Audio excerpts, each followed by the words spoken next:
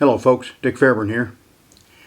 Today I'm going to talk about the upcoming violence that we anticipate in our country and what the police response to that might be, good or bad. If you're interested in what I have to say, stick around.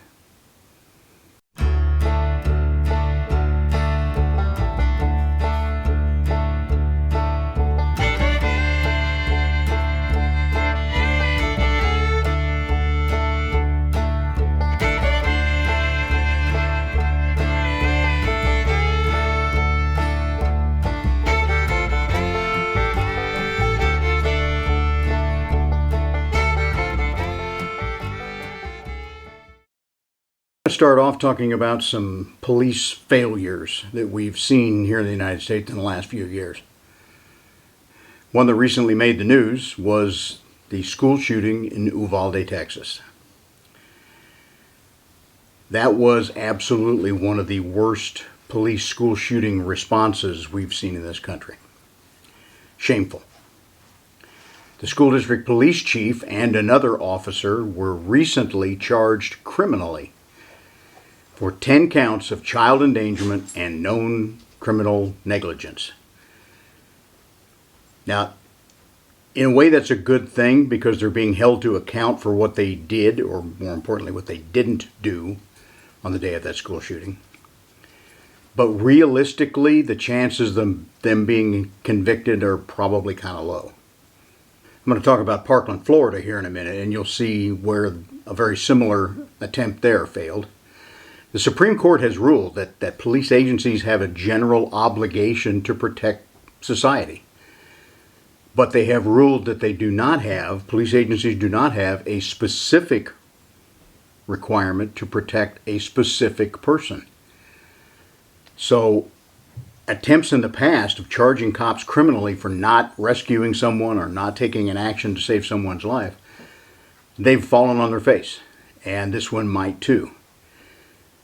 I've talked about Uvalde in another video if you want to go back and look it up, but essentially when the police got there, the first officer on the scene saw the shooter outside the school before he had made entry into the school.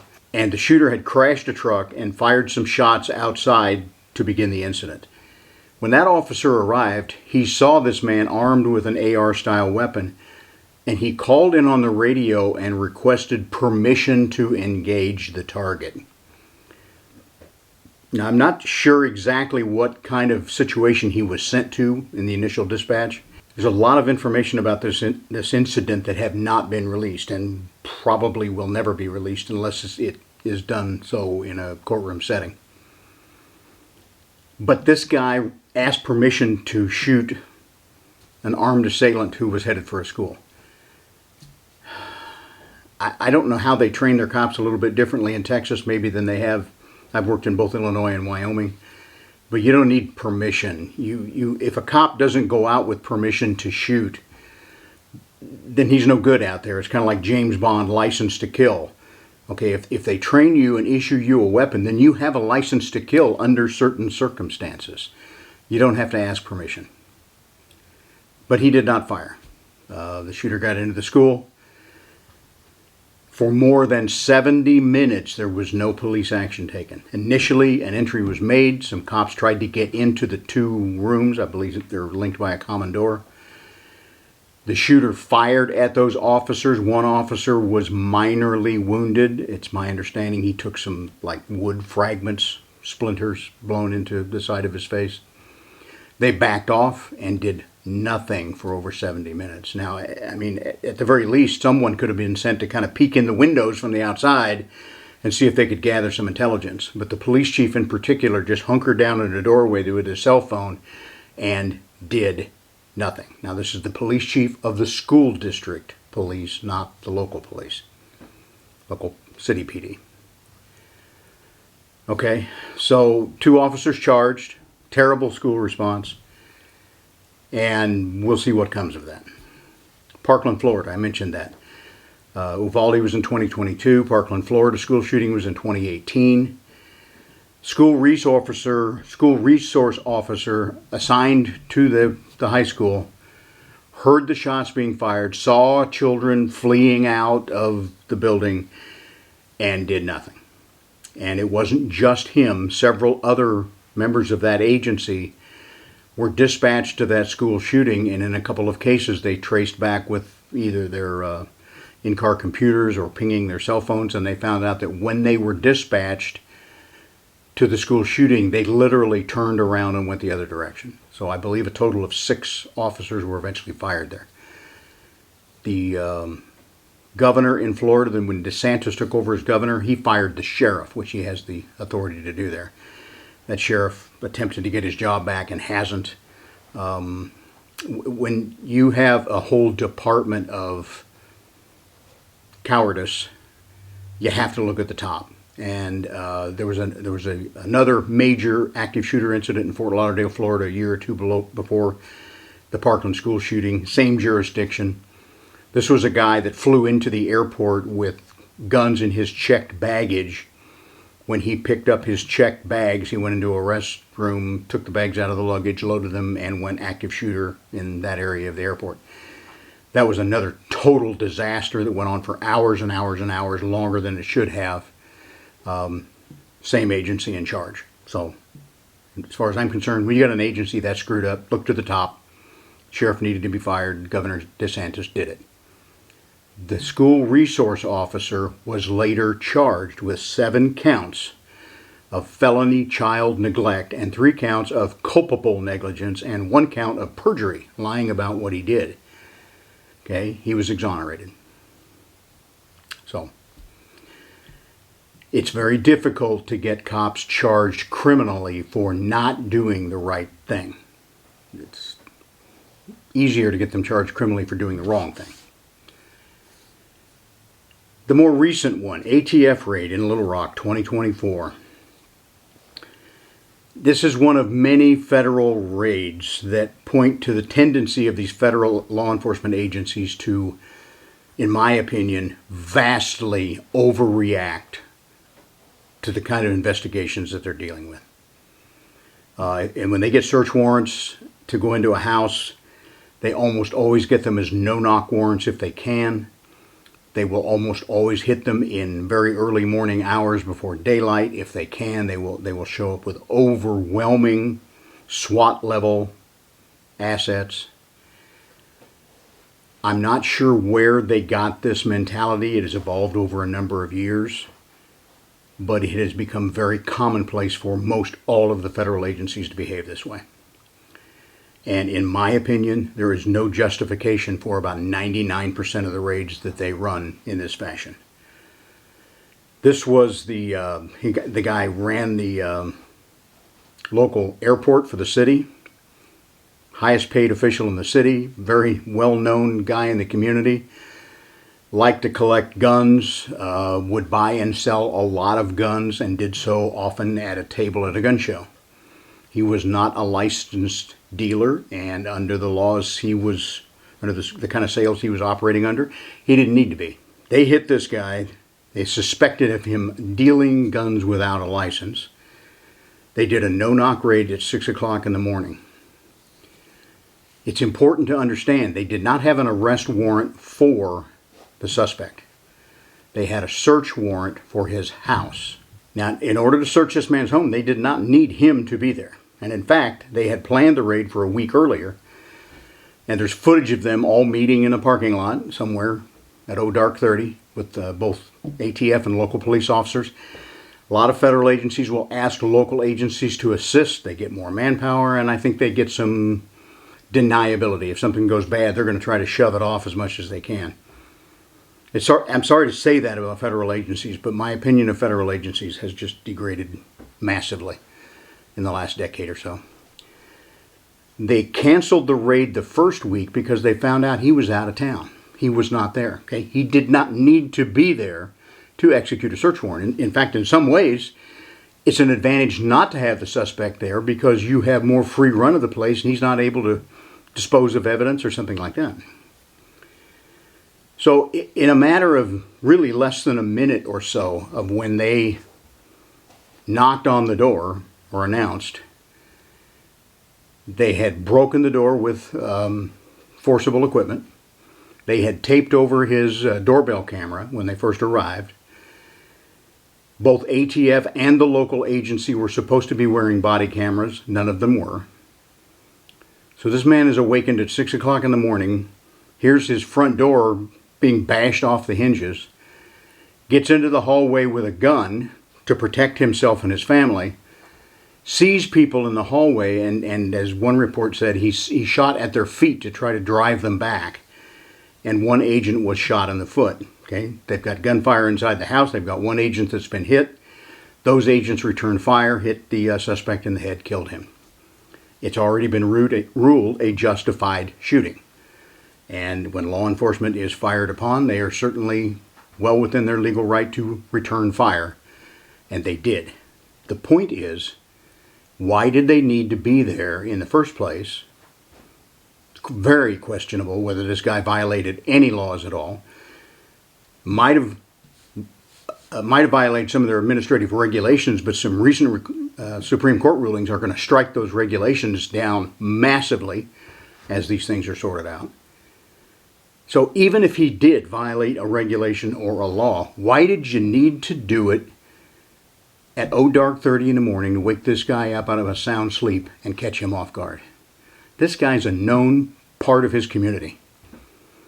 Local agencies, if I had been involved with this, with some kind of local crime, we would call him and say, hey, we need to get together. We have a search warrant for your home. We're outside the home right now. We're not going to give you a chance to destroy evidence, but we need to search it now. And we're going to do that in the daylight, and we're going to do that with his knowledge. Why go pick a fight that's going to possibly result in someone's death? I don't understand why the feds behave the way they do for what are relatively minor crimes. But they all do it that way. Virtually all federal agencies either now have a SWAT team of their own, or they can borrow one from FBI or Department of Justice, which is usually U.S. Marshals. They tend to forget that we don't work for them. They work for us. Now, that doesn't mean they should back down in the face of criminality or their enforcement activities, but somebody needs to throw a rope around their neck and say, whoa, boys and girls, you're doing this way too hard for crimes that are way too small. And these things have gone bad in enough cases that we shouldn't be getting people killed over this. Why do I say this thing? Why am I so passionate about this? Because I think we're going to see this happen heavily in the next few months. Supreme Court ruling that struck down Chevron deference is going to take those regulations out of play. It is going to gut the ability of these federal agencies to regulate and enforce, which some of us think should have been gutted years ago. They are not going to respond well to that, and they are not going to follow the Supreme Court's rulings just because they were issued a week or two ago. They're going to make the Supreme Court strike down every single regulation, every single incident.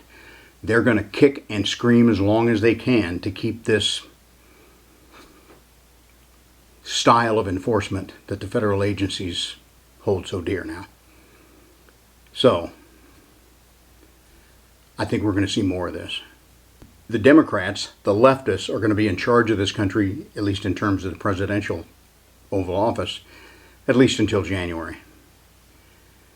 They are not going to go easily, and they are going to fight against any power that they think is going to be pulled away from them by the Supreme Court. They are going to continue to use an overwhelming show of force in any kind of enforcement activity they do. Whether or not they intend it this way, it is a huge level of intimidation, and that's how they like to do business. Okay? We're going to continue to be basically a banana republic for the next few months. Let's look at state and local police response. In 2020, we saw several of our major cities in this country burn badly. The police were told in many cases to stand back, to give the rioters a place to protest. Several sections of major cities were essentially ceded over to the rioters, to the Antifa-led crowds for a day or two. That's because almost every major city in this country is a blue city, and has been ruled for a long time by very liberal Democratic politicians. They don't want to do what's right. They want to burn the country to the ground so they can rebuild it in their Marxist image. We're going to see that again. We have not seen the major riots kick off yet, but I think between the anti-Israel protests and some other things that they will drum up, we're going to see these things kick off. Right now we're in the controversy about whether or not Biden's going to hold onto his spot as the presidential candidate for the Democratic Party. If that changes between the time I film this and view, I will come back in and edit it. That has them in an uproar. Many of them want him gone. I don't think he's going to willingly pull out of the race. To me, what it really points to is that the entire Democratic Party has absolutely zero interest in the good of our country, because they knowingly put an totally incompetent man in charge as president. So for 3.5 years, we've had this country led by we don't know who. And as I've said before, if that 3 o'clock in the morning phone call does come, who's going to answer it? And are they in the mental capacity to respond to an attack from some other country, if that's what the call is about? So, I expect these riots to come. They're going to use them to try to bolster whoever their candidate is for the presidency. And they're going to use them to try to tear down Donald Trump at any angle that they possibly can. So you need to be alert that if you are in those major cities, there is the chance for major rioting, conflagration to break out. My friend John Farnham, who's been a gun trainer in this country for a very long time and a very smart guy, he said, you shouldn't go do stupid things, and you shouldn't go do those in stupid places. And if you don't do those stupid things in stupid places, your chances of being harmed or your chances of needing to use deadly force to protect yourself go down. If you can stay away from those hotbeds of those cities, especially if you know a riot has already broke out in Portland, Seattle. How about Chicago? Remember, those of us old enough to remember the Democratic Convention in Chicago in 1968. Huge, huge riots there. Well, the Democrats' convention is going to be in Chicago again. And the Chicago crime rate is off the scale. Could there be riots in Chicago again? I'd say it's not could be. I'd say more likely would be riots this summer in Chicago. Stay the hell away from those places if you can. If you live there, hunker down and protect yourself or leave. If the riot is getting intense, if it is anywhere near your home, I'd say go find someplace else to hang out for a while until it's safer to be there. If Trump is seen to be climbing in the polls, taking an overwhelming lead, we're going to see voter fraud increased in this country like we've never seen it before. And 2020, we saw it really good. Now, this is where YouTube will stick in the little Wikipedia proviso that says anyone who says there was voter fraud is a liar, because they all know that there was no voter fraud and all the cases that were brought forward were all dismissed. And yeah, right. 81 million votes, most presidential votes in the history of the country for Biden. Bull. Bull. Huge voter fraud. It will get worse. I suspect it will get so bad that it will become obvious. They won't even try to hide it. They'll be putting mail-in ballots in those boxes by the handsful. We might have one little inkling of hope here. The media, suddenly, since the first presidential debate, they're not standing behind Biden so well as they have. They've been assisting in the lie that he's okay. Some of them finally realized that they had been lied to, and they don't like it. They're asking some pretty tough questions. They might be a little bit more open to the idea that there is voter fraud this year. So if you see something, say something. Call your local police, call your local election board, and call the local media. Now, another recent Supreme Court ruling struck down most of the cases that have been brought against Trump by the coordinated effort of the Biden regime. It's really not an administration anymore. It's more of a RICO operation, in my opinion. It's a regime. They claim, of course, that the New York case and the Georgia case and the federal case, they're completely unlinked. They have nothing to do with each other. Yeah, that's kind of like the 81 million votes lie. That's crap. With the immunity ruling by the Supreme Court, virtually all of those should be stopped dead in their tracks. But just a couple of days later, they already announced, oh, no, that won't stop any of those prosecutions. We're going to go forward with them, and we're going to try to speed them up and have them come to fruition before the election. The Supreme Court just told them they can't do it, and they do it anyway. I'm not aware of any point in history where we have seen Supreme Court rulings be so ignored the way they have in the last couple of years. After the Bruin gun control decision, several states banned automatic or semi-automatic rifles. Several of them start instituting sensitive areas where you cannot carry a concealed weapon. They gave in to the fact that, well, I guess we have to give them permits, but we don't have to let them actually use that permit anywhere. They're just flipping a giant finger to the Supreme Court. The Supreme Court has no power to enforce it other than to wait for another case and rule the same way again. We're at a very dangerous time in our country's history. Now, I think as Biden continues to melt down in public, and he will, and the party, some elements of the party at least, will continue to press him to pull out of the race and be replaced, probably by Giggle Girl, Vice President Harris. If that system is not working, if they're not getting that done before their convention, then you are going to see influencers in the Democratic Party start pushing hard to try to use the 25th Amendment to get Biden out, actually get him out of office now, and replace him with Biden. And an advantage, do they see that? They don't think Harris is an advantage at all because she's such a goof.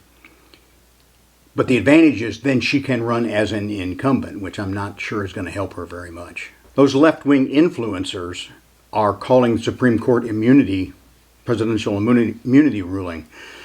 They're claiming that gives the president the ability to do lawless things. He can do anything that he wants to do. And several of them have already been on YouTube or other places and say, well, that applies to Biden too, and even Justice Sotomayor in her rebuttal to the ruling said, she made sense, well, gee, I think this allows the president to use SEAL Team 6 to assassinate his opponents in an electoral contest. It doesn't at all. That's absolutely ridiculous. But they like that idea. So they're saying, well, gee, if we can't get Biden out of there, and if Trump keeps climbing in the polls, then maybe Biden should do some of that lawless stuff against Trump and take him out, put him in prison, or have him assassinated. That's the state of our country today. The divisiveness, the level of disconnect between left and right is, I think it's unreconcilable. How do you work things out with people that are that crazy? So how do you protect yourself and your family and your home and your community from the violence that is very likely to start kicking off pretty soon? As I said, don't go stupid places, don't do stupid things. Stay away from the known violence if you can. Don't be the next Kyle Rittenhouse who takes an AR-15 to a riot-torn community to, well, gee, I'm going to help my buddy protect his business. Okay, I'm not being down on Kyle Rittenhouse. I don't think he did anything wrong in the use of his AR-15 to protect himself. Not at all. Perfectly justified. What he did wrong was be there in the first place. If you're going to a place like that and you're going with a long gun that you cannot hide, you're essentially asking for trouble. And in the next few months, if you go somewhere and ask for trouble, I got a feeling you're going to get all you ask for. My suggestion is don't ask, so don't go there. Stay away from large crowds. Large crowds allow a level of anonymity for those bad actors that are out there in it. From the police point of view, even if they've got riot troops out there, it's very difficult for them to pinpoint that one person out in an ocean of faces that they need to get a hold of because they're out there stirring up all the trouble. Now, they trained for that, and they have special riot movements to send out a team, grab someone, bring them back behind the police lines, get them into custody. But they have to identify them first, and that is very difficult in those scenes. So if you got to go there, you don't really have a good right to defend yourself. In most states, being armed with a concealed weapon permit in large crowd events is not legal. That's going to be one of those sensitive places in most states. Realistically, you can't use that kind of deadly force in a huge crowd anyway. You might be justified in shooting someone to protect your own life, but the chances of shooting through or missing and endangering a whole lot of other people makes this a no-shoot environment, even if you're armed. Stay away from those loud, raucous, violent, large crowds if you can, with one exception: Trump rallies. The only Trump rally ever canceled that was in 2020 election cycle was in Chicago. Antifa and other anti-government groups were present in large numbers. They were very vocal. They were very active on social media. Chicago PD intelligence said this is not a good situation, and they canceled that rally. They hustled Trump out of there before any damage could be done. It worked for them once. Make no mistake. They're going to try that tactic more and more and more. So, don't be afraid to go to a Trump rally. We need you to go show up, to cheer this guy on, to have the media see you there and do that, because they're going to do everything they can to try to stop him. So go to the rallies. Go as a group. Keep your group integrity as much as you can. Do not bring your concealed carry weapon. You're not going to get in through security. Security at the Trump rallies, I attended one 2 years ago, an off-year election. He was supporting candidates here in Illinois. The perimeter is enforced. The searches are done by uniformed Secret Service. And they're as good as anybody at securing those kind of events here in this country. They do it very well. So as I said, go in a group. Do not take firearms with you, because you're going to have Secret Service metal detectors equal to or better than any airport you've ever seen to get into the venue itself. Lots of uniformed Secret Service presence. I am quite sure there's an equally large non-uniformed, plainclothes Secret Service contingent inside that perimeter as well. Antifa folks are not likely to get inside where the Trump rally is going to be. They like to keep their faces covered. They like to take backpacks in. That's not going to get through security. So if you see violence at Trump rallies, I'm almost positive it's not going to be inside the venue. It's going to be outside the venue. It's going to be outside that security perimeter. So if you get confronted by some of those people out there, as I said, be in a group. We got to show them that we are not going to be intimidated, and we are not going to let them shut down these rallies.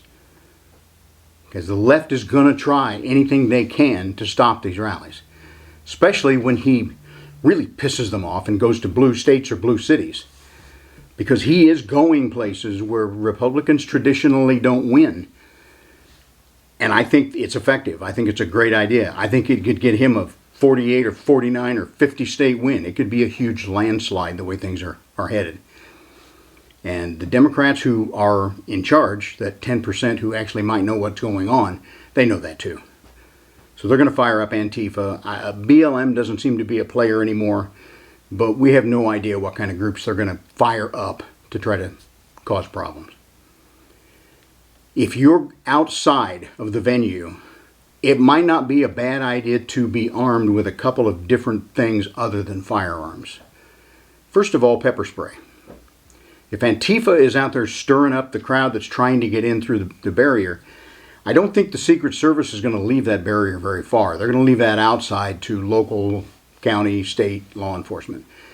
And the rally I went to, there was virtually no state or local police presence at all. Didn't need to be. I mean, it's in the middle of a cornfield in west central Illinois. There was not going to be a problem, and they knew that.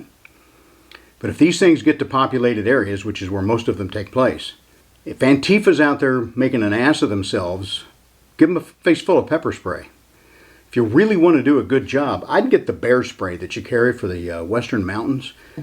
Big can, a lot of chemicals in there, powerful, shoots out quite a ways. The concentration is a little bit lower than the pepper spray they make for human defense, but trust me, it'll work. And if you have to do that, do it as your group. Hose them down, get them on the ground, and then just duct tape them to the ground, essentially. Duct tape a wrist several times.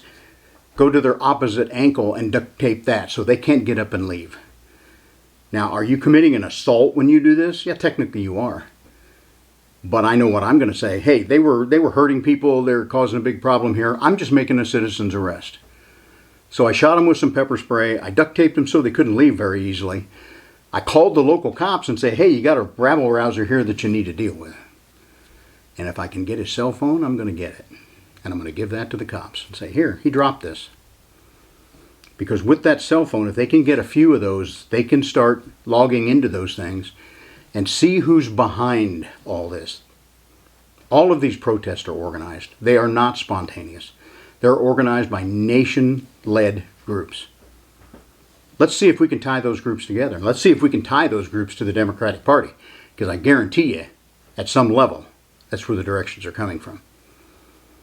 So hopefully we won't have to put citizen groups outside that security perimeter to handle things that way. But be prepared that if you go in a group and there is trouble in front of you, carry some pepper spray with you and hose them down. Now, if you're going to go in the venue, if you're going to go through security, you're going to have to throw it in a trash can. Because you're not going to get through with pepper spray. And you're probably not even going to get through with duct tape.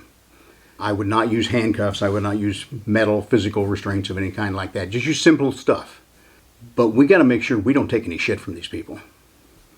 You need to be prepared for unexpected violence in your daily life. Biden has been bragging how the crime rate has come down. The crime rate has not come down at all. The crime rate has launched through the ceiling. For a couple of reasons. First of all, no prosecutions. Soros-backed prosecutors in so many cities, in so many states, are just dismissing charges. Chicago has live, active, armed carjackings every night. But virtually anyone is ever charged. If the police do manage to make an arrest, they get released. They're back out there. There was one case I heard of from a trooper friend up there where they did catch a young teenager. They send underage teenagers to do this quite often because that puts them in the juvenile category, restricts what law enforcement can do.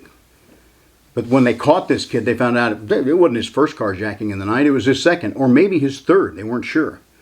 So they're pulling these armed carjackings of desirable vehicles. They're running them to the waterfront where they're probably getting driven into a container very quickly for overseas shipment. And then they're back out to get another one. They're armed. Okay, not very many of these end up with people getting hurt, but the potential is very real. So be prepared in that carjacking. The two most dangerous places you're going to be in society in the next few months are in a parking lot, leaving a mall, going into a mall, something like that, or driving in fairly dense traffic, not on an interstate, not on a state highway, but in more city streets.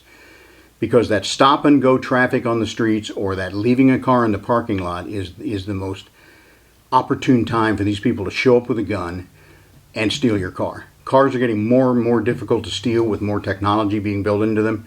So that's forcing these people to get the keys or the fob. So they're going to need to stick a gun in your face, get you out of the car, or get you while you are out of the car, get the fob, and go. So you've got to be alert for those, as well as just normal dangerous things that go on every day in an urban environment. The other large component of a falsely lowered crime rate is in UCRs. Those are Uniform Crime Reports. They are supposed to be filled out by every police jurisdiction, city, county, state. They are sent to generally a state coordinating office and then forwarded to the FBI every year. These get compiled every year into a big thick book of uniform crime reports by jurisdiction generally. One of the prime sub-reports that I've used over the years in putting together police training programs and things is the Law Enforcement Officers Killed and Assaulted report, LEOCA. While it is good data telling you how police officers are assaulted and how they're killed, it's not complete because so many jurisdictions don't follow the guidelines and they don't send in their UCRs. the last I knew, the state of Illinois in general did not forward UCRs to the federal government. But I know as a police chief in a couple of communities, we had to do our UCR reports every year, and we had to send them in. And whether they got beyond the state level into the feds, I really don't know. But those reports are incomplete. One report I saw recently said almost 1/3 of the major cities who did file UCRs have stopped sending in UCRs in the last 2 or 3 years. In other words, in the Biden administration. Probably they're being encouraged not to send them in. Because if Portland doesn't report any burglaries or murders or carjackings, then that national average goes down. And the more major cities they get pulled out of that database, the more it looks like crime is going down. When it is not going down, it's going through the roof. I was told that the only downside to not filing your UCRs is it might hamper you in the future for a federal grant in law enforcement. Might. I don't know if it really does. But whatever threat is out there to make these agencies send in their crime reports, they're not sending them in. Now, protect yourself another way. Let's think back to Little Rock. What if a federal agency like ATF, because most of the people watching this are gun owners and gun enthusiasts, what if they think you're selling too many guns and they may show up at your house at 6 o'clock in the morning in the dark? And they're probably going to run the raid the same way they did in Little Rock. They're going to show up in the dark.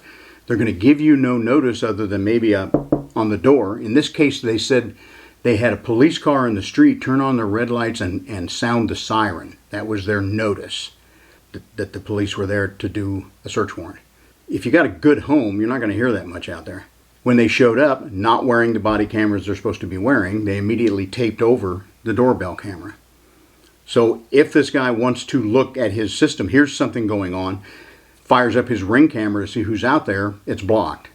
Oh, and they also cut power to the house. So could be that his Wi-Fi system is down. He wouldn't, even if they hadn't taped it, he wouldn't be able to see it. So that's the kind of tactics they're going to use if they come to your house. So here's my idea. If you think there's any vague possibility that ATF or some other federal agency may be looking at you for some minor violation, I suggest you call them up. Tell them who you are. Tell them what you think might be going on and why. Now, they're not going to tell you. They're not going to confirm whether or not they have an investigation. But tell them, I'm calling you not to hamper you. I'm calling you to offer my assistance. If you think I'm doing something wrong, I would like to come in and talk to you about this. Try to defuse that in the middle of the night that could cause you a problem. It's going to notify them that you're on alert, but it's also probably going to put them into caution mode a little bit more. Then call your city police department, call your sheriff's department and say, hey, I'm a gun guy. I sell a lot of guns. I know what happened to that guy in Little Rock. I don't want that to happen to me. So, if you know of anything that's going on, if you know the feds are looking at me, tell them I want to cooperate with them. I want to make sure there is no secret going on here, and let's just get this all on the table and talk about it. I think that would defuse some of these, because just like projection, where crazy people project their sins onto you, I think these federal agencies know, at some level, a lot of them know that what they're doing is wrong. They're going after minor criminals. They're going after them in major overreaction techniques. So putting them on notice might just tone some of this down a little bit. Say, I don't want to end up like Brian Malinowski, who gets shot in my own home because they thought I sold one too many guns. I want to get this on the table and get it taken care of. So don't depend on that doorbell camera. I would suggest you have those security cameras. I would suggest you conceal them if there's a way to do that. Or at the very least, put them up somewhere where they're going to be difficult to get to, so they can't just walk up and slap a piece of tape over it. Battery backups on your Wi-Fi system means if they cut your power, you're still going to be able to access with your phone and see what's going on that camera. If you know it's police out there, it's going to be a bad night for you, guaranteed. And they will kick your door if they want to, or if they have a warrant that allows them to do so. But you know better than to jump out there with a pistol and start lighting them up, because if you light up a SWAT team coming in the front door, I already know who's going to lose, folks. Doesn't matter whether you're right or wrong, guilty or innocent. You go toe-to-toe with the cops and pull the trigger, they're going to pull the trigger back a whole lot of times. So avoid that if you can. Don't depend on a doorbell camera. Get another camera, another view of your house, maybe multiple cameras. Dog is the greatest, cheapest alarm you've got. They can kill the power, they can tape over the lens and everything else, but that dog is going to wake you up in the middle of the night if there's somebody messing around your house. Go a step further. It's not just Civil War possibilities. Make sure all of your family is trained what to do in a number of different emergencies. If there's a home intruder, are we going to go to a safe room and barricade ourselves there? Are we going to exit the home and go to a rally point to make sure we're all safe outside the house? If it's an intruder or a SWAT team raid kind of situation, are the adults or the teenage children going to fight back? Are you armed and trained and able to do that? I'm not giving you the answers here. You got to come up with your own answers. But the point is, come up with a plan for a home intruder. School or business attacks. What happens if your family gets attacked away from home? Are you going to teach them to shelter in place? Is there a hardened area in the business or the school that you can get into and get safe? In other words, are you going to flee? Are you going to fight back? That's a last resort generally against an active shooter, unless you are a concealed carrier and have capability to return gunfire. In that case, tactically move, use cover the best you can, surprise them when you can, and engage them when you can. But if you're not armed, are there ways to fight back? Probably the most powerful weapon you're going to find anywhere in a school or a business is a fire extinguisher. You can give them a face full of dry chemical powder. That's going to take the fight out of a lot of people. And worst case scenario, if you swing that thing, that's several pounds of metal. It's going to go thud real hard when it hits them in the head. But think about, what do I do if my family is attacked? My little children. How do I teach them to respond at a grade school shooting? Tough. We got to depend on those teachers. And if you don't know what kind of a plan your school has, your teachers have, your school resource officers have, go to a school board meeting and ask. Try to find out. If it's not very good, then tell them it needs to be better. How about a carjacking attack? If you can exit the vehicle and let them have the car, then do so. It's a whole lot better than getting into a gunfight. It's a whole lot better than being taken for a ride by these people who are not going to be good to you along the way. So if you are armed and you have the ability to fight back when that guy's at your window with a gun saying, give me your car, that's a decision you have to make. Okay? I've got a couple of videos on carjacking survival. I've got a video on how to shoot through glass if that becomes necessary for carjacking survival. So go look those up. Here's one real important point. If they're going to get that car, you make goddamn sure you're out of it. And you make damn sure you get your children out of it. Probably some of the scariest radio traffic I've heard on police radio systems is a carjacking with a child in a car seat still on board. That's going to bring every cop you can find, because that's striking way too close to home, that they have little kids at home too. Get those people out of the car if you can. If you have the ability to fight back and neutralize that deadly threat, God bless you. There's one other home emergency you really need to be prepared for. It's probably the most common and even more likely than these violent things I've been talking about. What about a house fire? Okay, I got a background as a firefighter at one point in my life. It's probably the most likely emergency your family will face. So the same questions come up. Are we going to exit the room to a rally point outside? Yeah, that's probably the best plan. Adults and older children, before you leave the house, you have a responsibility to make sure that younger children, guide them and get them out to safety. Call your fire department. They'll help you develop a perfectly good house plan, but have one. So have an emergency plan for all of these things for your family, not just, the Civil War goofy ideas that I come up with. This is a long video, so I'm going to wrap it up. The point of what I'm saying is we live in a dangerous world. It shows every indication it's going to become more dangerous in the next few months leading up to the election. Think about that. Pre-plan for it. Prepare for it. If you live in a major city where you could lose power or things like that for several days, do you have a water supply? Do you have some freeze-dried food or some other way to feed your family for a few days? Do you have some place to go to get out? Now, I'm not talking about bug out for shit hits the fan kind of things. I'm just talking about a major city emergency. Can you go stay with a relative for a few days? Just get away from it. Think about what could happen, because the police may not respond at all.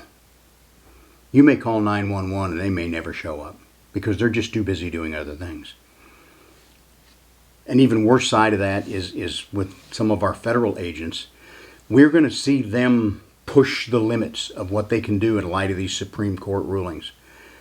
I think we're going to see more of those middle of the night raids on basically honest people. So think about if you might be in the position to be suspected of that kind of stuff. Try to head it off. Try to prepare your house. Good security cameras. We are looking at a dangerous time in this country, folks. Just think about it. Put some plans together. Buy some things if you needed, a water filter or some long-term storage food. Be prepared, because some dark days might lay ahead. Lock and load, folks. Be safe out there. If you like this series that I'm doing, I ask you to subscribe. Each time I always get a couple people that unsubscribe because apparently I'm not talking in the way their political leanings are comfortable with. So help me out with subscriptions. I will tell you, I follow the Four Boxes Diner, Mark Smith, who I think is absolutely the best Second Amendment lawyer thing out there on YouTube. I have had to subscribe to him 4 times in the last 6 months because I'll be watching a video and I will note that it doesn't say subscribed anymore. So apparently YouTube kicks people off of the sites that they don't like, and I wonder if that's happening to me as well. So check every once in a while. If you want to be subscribed, doesn't cost a dime. Click it, check it once in a while. If you like what I'm saying, give me a thumbs up. And I always appreciate the comments. So thank you, be safe, and be careful. Okay, we got them both here now. You ready? Bud got one. Ginger got one.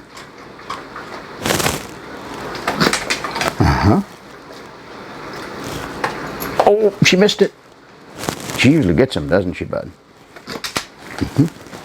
Okay, girl, last one. You ready? You ready?